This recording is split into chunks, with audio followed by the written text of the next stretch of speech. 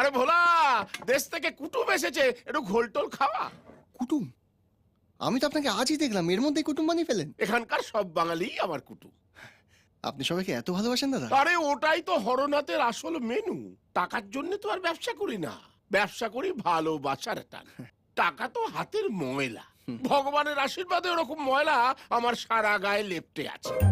কি? এখানে শীতকালে খুব বরফ পড়ে তো, তাই সপ্তাহে একবারের বেশি চান করি না।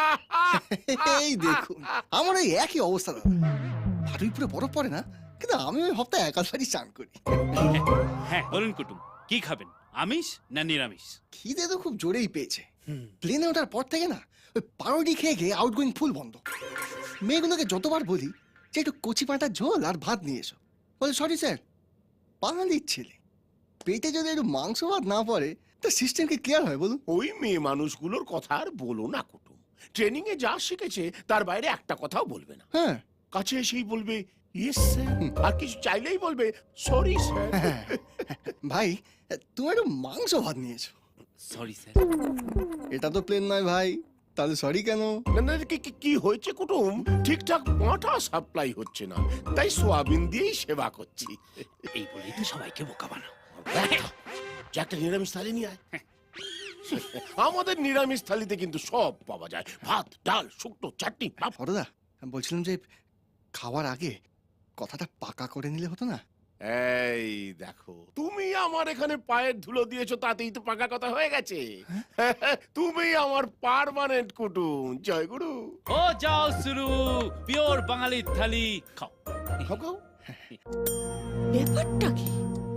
3টে বেজে গেল, এখনো এলো না তো ছেলেটা। কোথায় গেল? ও সত্যি হরদা, আপনার রান্নার তুলনা নেই। আরে এ তো কিছুই নয়। 420। শুয়োরের বাচ্চা। কি হলো কুটুম, আতিথেয়তার কোনো ত্রুটি হলো এরকম কুবাক্য প্রয়োগ করলে? আরে বাবা, আপনাকে নয়, লোকে এই যে বাঙালি নামে বদনাম করে না, যে বিদেশে গেলেই বাঙালি বদলে যায়, তাদের কান ধরে নিয়ে এসে দেখানো উচিত যে দেখ বাঙালি কিভাবে বাঙালিকে কাছে টায়। এই যেটুকু যা পারি আর কি।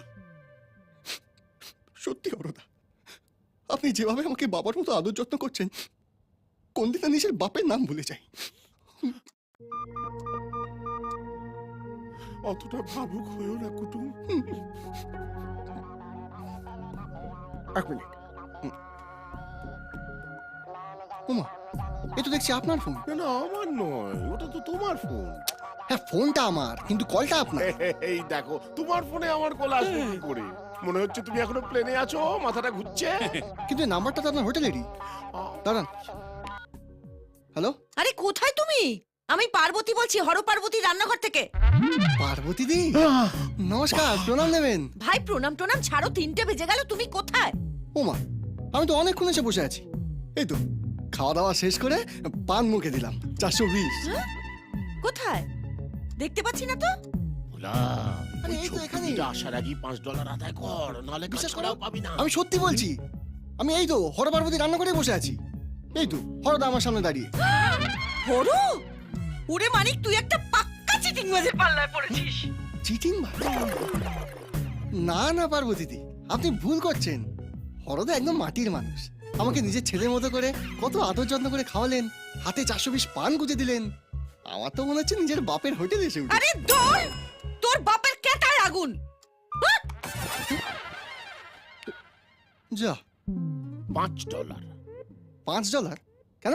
এই যে গান্ডে পিন্ডে গিললে। ওমা, সে তো আপনি আমার ছেলের মতো ভালোবেসে আদর যত্নে খাওয়ালেন বলে, তার জন্য টাকা কেন দেবো? ব্যাচেলার বাপের আদর খেতে গেলে টাকা দিয়েই খেতে হয়। আহ, আমি কানাডা এসেছি টাকা কামাতে, টাকা ওড়াতে নয়। একটা টাকাও আমি দেবো না। এই শাবাশ মানিক, এই না হলে বাঙালির ছেলে।